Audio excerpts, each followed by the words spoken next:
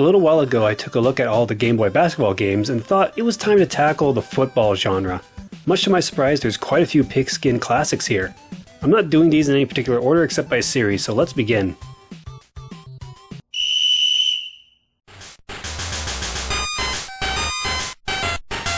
Madden 95 is the first of 3 Madden games on the Game Boy, and this one took me by surprise. Despite not having the actual team names or players, there's plenty of things to do.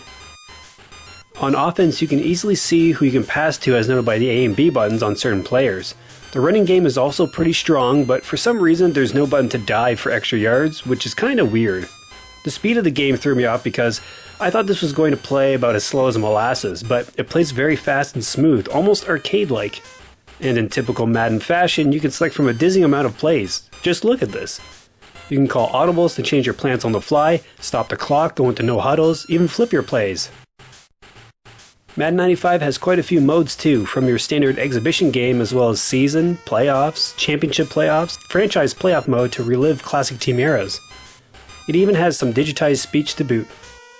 And if that weren't enough, you get Super Game Boy treatment if you pop this into your Super Nintendo. Overall, Madden 95 is an excellent game and you should consider getting it.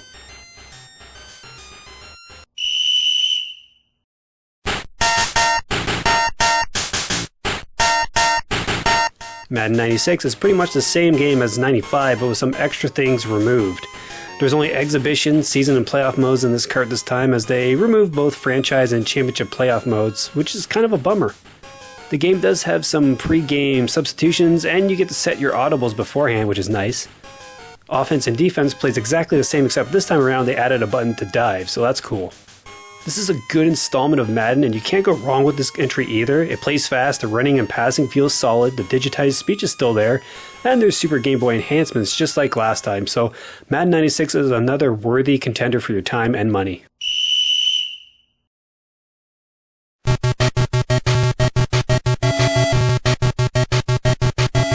However, you can go wrong with Madden 97, a game way too ambitious for its own good. Look at this. Look at the speed of this game, it's slower than a snail. Here's a side-by-side comparison of both Madden 95 and 97 during a kickoff.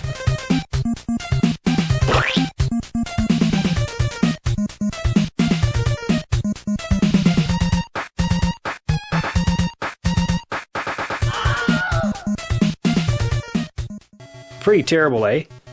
This is what I feared initially about the Madden games on the Game Boy, and Madden 97 is a clunky mess from top to bottom. It was handled by a different development team, and sadly it shows. Aside from Game Boy game completionists, it should be avoided at all costs. Yet another surprise was NFL Football by Konami. And I mean surprise in a bad way, not in a good one, as I expected way more from them. Must have been some sort of sneaky shadow developer or something, because this game is not good. However, all 28 official teams are here, but no official players. You get 6 offensive and 7 defensive plays to choose from. You only get one game mode where you pick your opponent and try to win a single game, and that's really it. The other big problem here is the sluggish gameplay. Like Madden 97, it just runs too damn slow. You can forget running plays here, this is definitely a throwing game, but the odds of the opposing side intercepting your pass is high. Overall, there's not much to do in NFL football. I didn't have a lot of fun with this cart, although I do like the passing system used. There's no running game at all and it's just too slow. Skip this one, it stinks.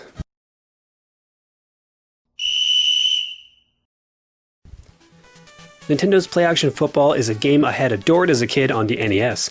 It basically taught Retro Matt and I the game of football itself. And the Game Boy version plays a lot like it, which means it retains the slower pace. The player movement is not fast, but everything else is quick. This isn't Madden 97 here. There's exhibition and playoff modes, but no official teams or players, sadly. We got 8 plays total, and the running plays are doable, but I can never get any serious yardage out of them.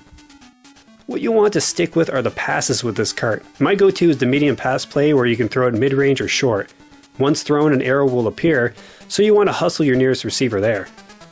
Initially, I was going to write this game off, but once I figured out the passing, this game got a lot better. The slow movement of the players may detract some gamers, but the gameplay here is solid. The music is really good, but what is up with that kickoff sound effect?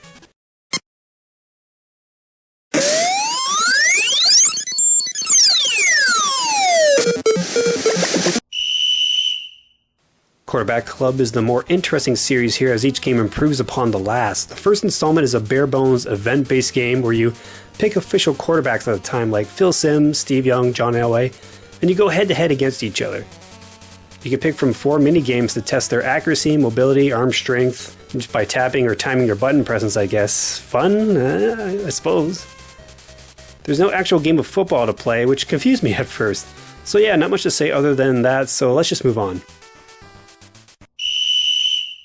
Quarterback Club 2 changes the entire formula by giving us an actual football game, and it's one of the rare instances of using horizontal gameplay. It has the official team names, so that's cool, but no player license, so that sucks. The graphics are simple and you can choose to play with X's and O's if you want to. I don't know why, but you can. One thing that bugs me in these older football games is the lack of music. What we get here is crowd ambience that sounds like TV static. It gets really annoying real fast.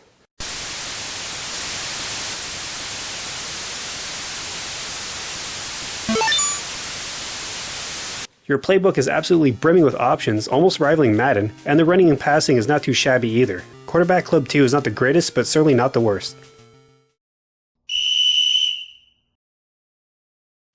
Quarterback Club 96 takes the more traditional look of the Madden games by being vertical this time around. Although to me the game still plays and feels the same as the previous entry, the only new additions are the viewpoint and the full season and playoff modes. The sound effects got on my nerves though real quick. It just sounded like I was playing an Atari game. Not that there's anything wrong with that, but in comparison to other games, it stands out like a sore thumb.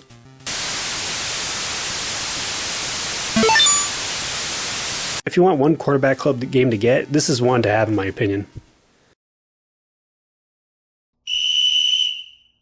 Last and certainly not least is Tecmo Bowl. Yes, there is a port of the original NES Classic here, and guess what? This game rules. It plays fast like an arcade game, you have official players for the time and numerous teams to pick from, and has that simple to learn, tough to master gameplay. Bo Jackson on LA isn't nearly as broken as its bigger brother counterpart, but Lawrence Taylor on New York sure the hell is. He runs past defenders with ease and makes this game a total joke. It's great.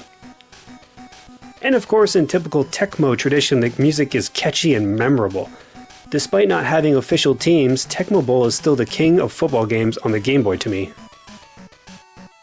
Okay, so that wraps things up here. If I had to make a list of football games from best to worst, I go with the already mentioned Tecmo Bowl, followed by Madden 95. Madden 96 and Play Action Football will be up next. Quarterback Club 96 and 2 are the mid-tier, and the bottom feeders would be NFL Football, with Madden 97 being the absolute worst. Stay clear of that one. Quarterback Club 1 doesn't really count as a football game, but I thought I should mention it. Alright guys, thanks for watching. Like, comment, and subscribe. I'm Will. For those about to retro, we salute you. Take care.